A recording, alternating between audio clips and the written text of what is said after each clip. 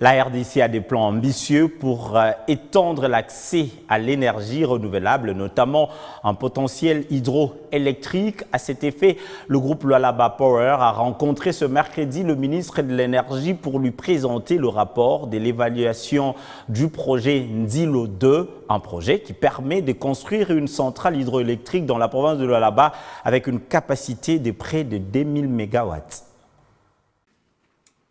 Le gouvernement congolais souhaite développer l'aménagement hydroélectrique de Ndilo 2, une réponse pour favoriser l'exploitation de ressources naturelles du pays et créer un environnement économique favorable au développement industriel. Cet aménagement permettra à la province du Lualaba de bénéficier de l'énergie électrique suffisante.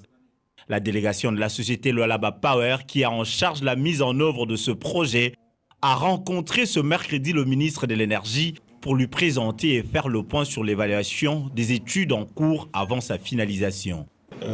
La politique du gouvernement, c'est de résorber les déficits énergétiques.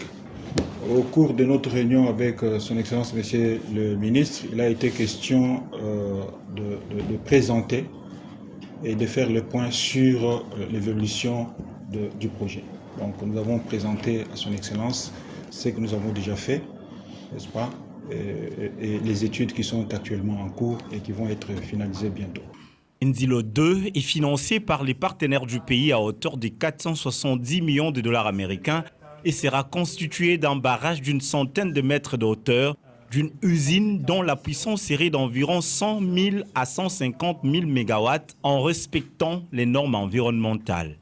Pour ce genre de grands projets, il y a une étude environnementale et sociale qui est en cours. Cette étude-là, elle va évidemment faire l'état des lieux de l'environnement biologique, physique, mais aussi de l'environnement social.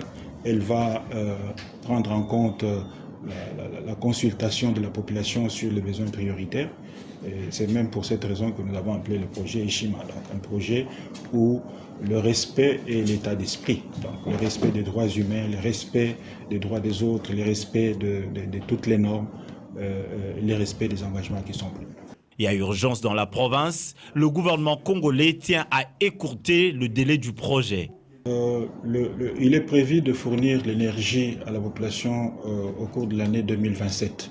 Mais avec la demande de son Excellence et compte tenu de l'urgence de besoin, son Excellence a exprimé le vœu de nous voir tout faire pour écourter cette durée et essayer de mettre le barrage en service en 2026. Le projet Ndilo 2 sera construit à environ 68 km de la ville de Kolwezi et à 6 km du village de Kaleo.